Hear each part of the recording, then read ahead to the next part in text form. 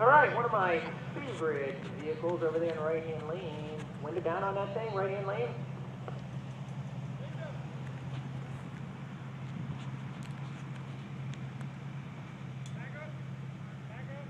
What? That just had to make sure the window was up in the right-hand lane there, but that is a Lightning, 1993-94 Lightning 351 Windsor power plant.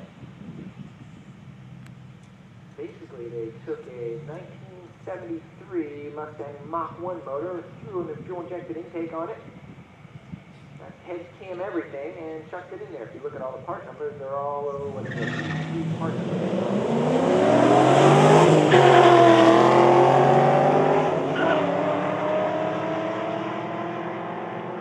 I bet you it's gonna run 13. So anyway, that two-wheel drive regular capital in the range. What? 1509, 90 miles an hour, 15? 351 power.